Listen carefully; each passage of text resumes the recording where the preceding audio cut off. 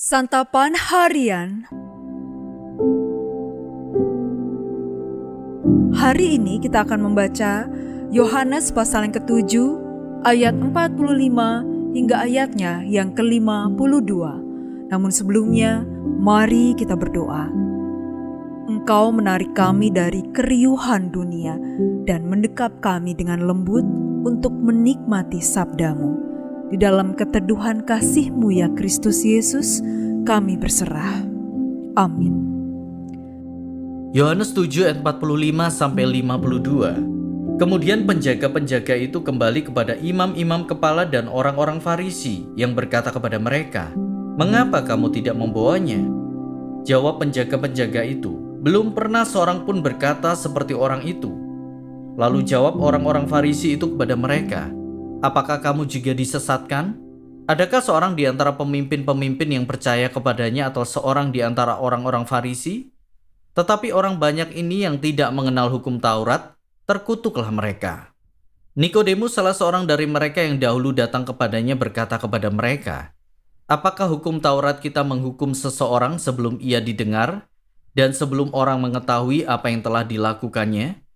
Jawab mereka, "Apakah engkau juga orang Galilea? Selidikilah kitab suci dan engkau akan tahu bahwa tidak ada nabi yang muncul dari Galilea."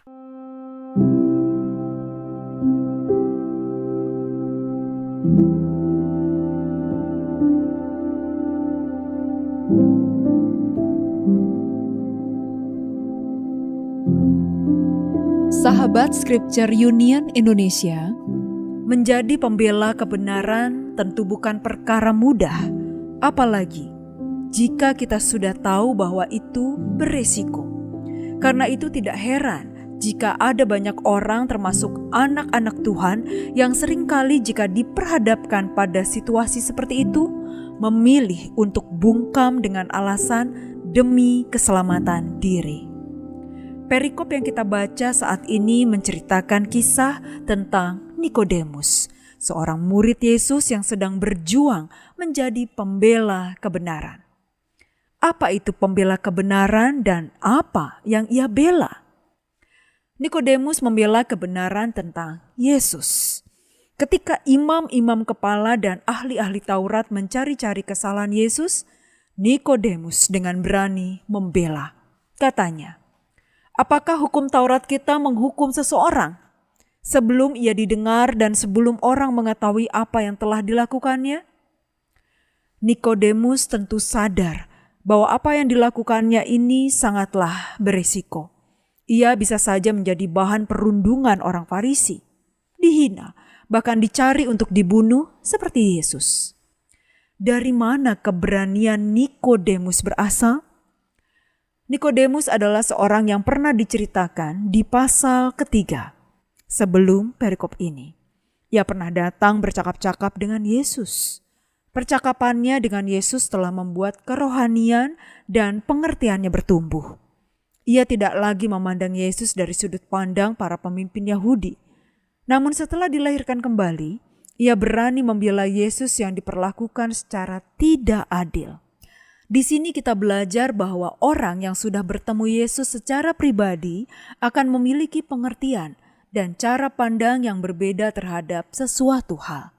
Ketika dunia hanya mampu menilai secara negatif, anak Tuhan akan selalu mencoba untuk tidak cepat menghakimi atau berprasangka buruk sebelum melakukan klarifikasi terlebih dahulu. Ia akan selalu menjalankan pedoman hukum sesuai dengan prosesnya. Jika ia tahu kebenaran, ia akan berjuang untuk membela.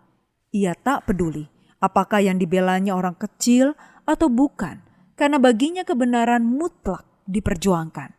Berani karena benar, namun tentu takut jika salah. Mari kita berdoa. Kristus Sang Sumber Hikmat, berikanlah kami kebijaksanaan untuk tidak berprasangka buruk dan tidak mudah menilai orang lain. Mampukanlah kami untuk melihat dengan mata kasih-Mu dan berani untuk berbuat benar dalam setiap tindakan. Semoga hidup kami mencerminkan karakter-Mu dan membawa damai bagi orang-orang di sekitar kami. Di dalam kasih cinta-Mu Yesus, kami berdoa.